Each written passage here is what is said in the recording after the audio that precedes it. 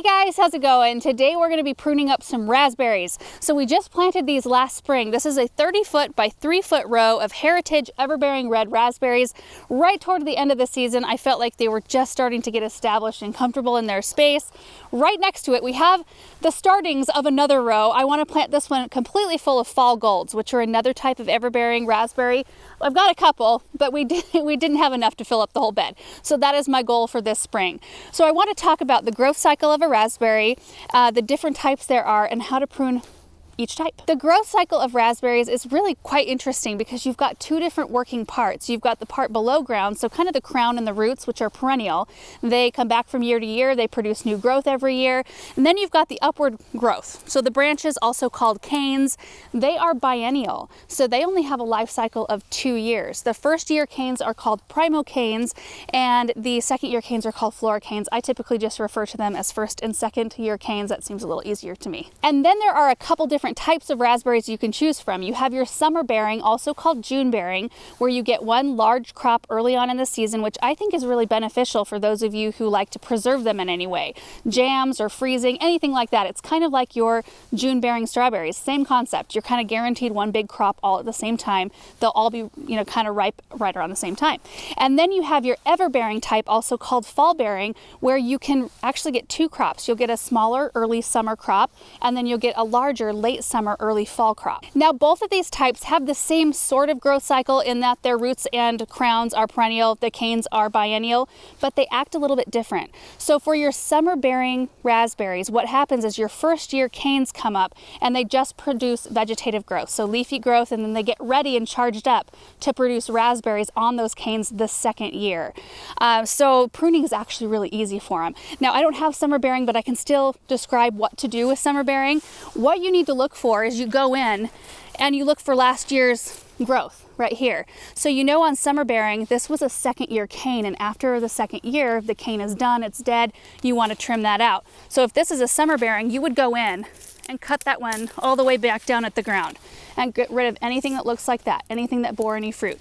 So you would go through your whole summer bearing patch, look for all of those, cut them out, and then you would thin down your canes to where you have just first year canes left from last year that haven't produced yet, and you'll thin them to about 4 to 6 inches apart. That way each branch has enough light and air that the berries have a chance to really size up and produce nicely. You also want to prune out anything obvious, so diseased, damaged, dead, any broken branches, anything that's growing out wild from your trellising system, get rid of that.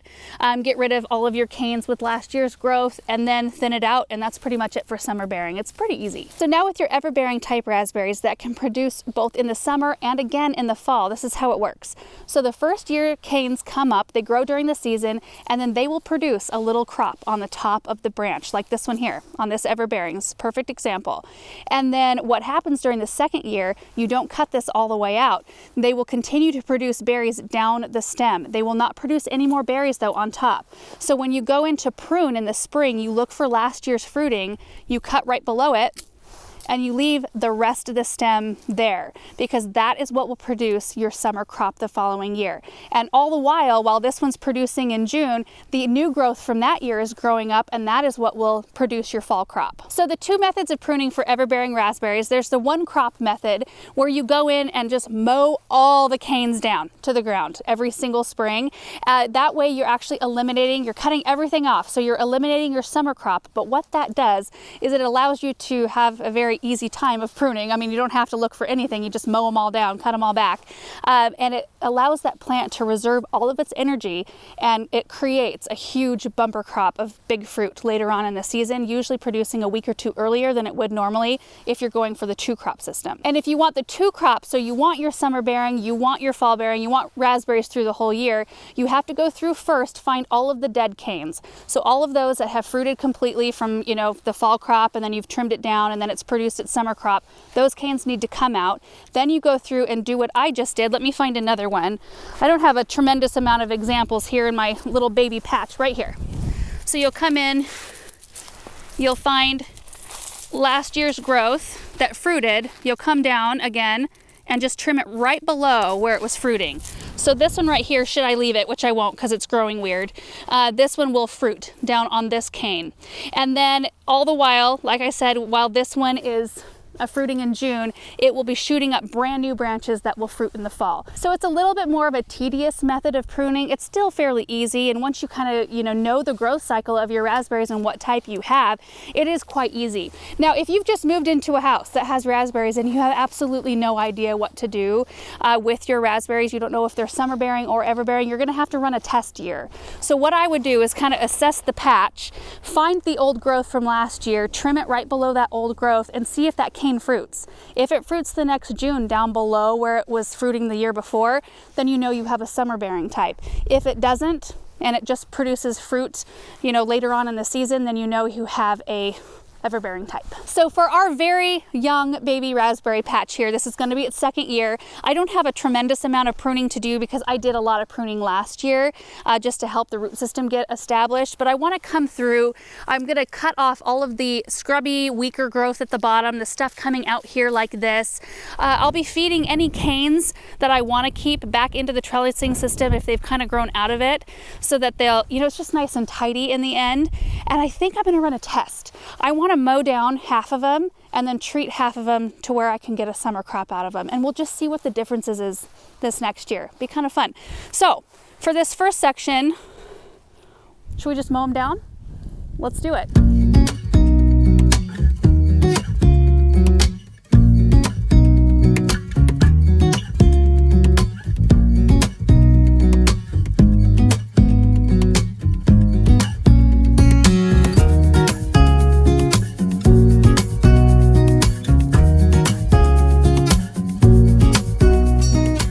Okay, this first section is done. Really easy. So like I said, this isn't a no-brainer method of pruning here because all you have to do is go in, cut them back. I leave a couple of inches so I can see where the plants are. I do need to do a little bit of a cleanup here, but I think we'll do that today. We'll grab a rake and clean up the top, put some berry-tone fertilizer down and maybe some mulch so that these are ready to roll because they're already starting to bud up quite a bit. And we have temperatures in the mid-60s coming our way. So I think we're going to start seeing more green growth. So for this next section, we're going to try to get a little bit of a summer crop. Now last year I did a mow down pretty much in the middle of the season, so I'm going to have some weird, I'm not sure exactly what's going to happen with these. I'm not going to do a lot of trimming. Basically what I'm going to do is go around the outside first and cut all of these. Like, let me come around there and I'll just show you. So all the smaller growth down here, anything that's growing away, like out this direction, I'm going to cut all of this out, clean out the tumbleweed there, and then I'm going to go through and thin. I think that's basically all I'm going to do today. If I run across any branches that fruited last year, which there were very few, I'll trim those down a bit. But anyway, let's get this part done.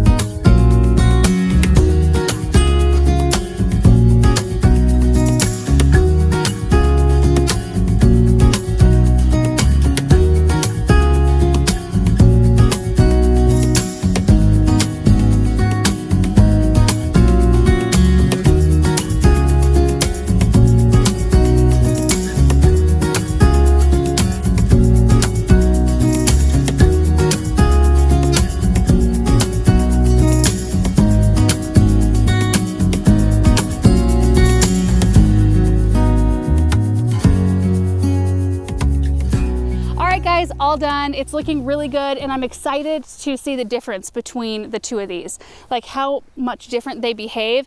Now I don't know what to expect off of second year plants. I didn't have to do much pruning on these at all. In fact, I just went through, cut anything that was kind of hanging over the edge, any weak growth, and then I thinned a couple of them, like these on this, like in this section in particular. They're way thicker and way more robust than all the rest of them. I don't know what the deal is, but these took to their spot a little bit better. So anyway, I unearthed a bunch of babies when I was raking there. So we did clean up, and then I applied our first application of berry-tone fertilizer. So we do our first application in early spring, not on frozen soil though. So you do want to make sure your soil's thawed out, which ours is at this point. And then we'll make our second application usually about 2 months after. So sometime in May, we'll come in and give them another charge up of fertilizer. Then we went through with land and seed compost and did just a fine layer over the top. It's not super deep, just to add a little bit of extra nutrients to the soil and also help bring our pH down a little bit. Raspberries tend to like a little bit more acidic soil. We have high pH everything here, soil and water, so that's something that we have to think about. We'll also probably have to hit these with chelated iron at some point because raspberries tend to be chlorotic here. So anyway, it's something we're going to be watching for, any kind of yellowing in the leaves, but we'll let you know if we see any of that and bring you along for that and show you what we apply. So anyway, that's it for pruning raspberries. I hope that this video was helpful. I'm so excited to see what happens with these. I'm so excited to get the fall golds. In fact, I think that load is going to be down at the garden center here fairly soon, and tomorrow, if all goes well, I'm planting blackberries in that third row over there, and we will share that with you as well. Thank you guys so much for watching, and we will see you in the next video. Bye.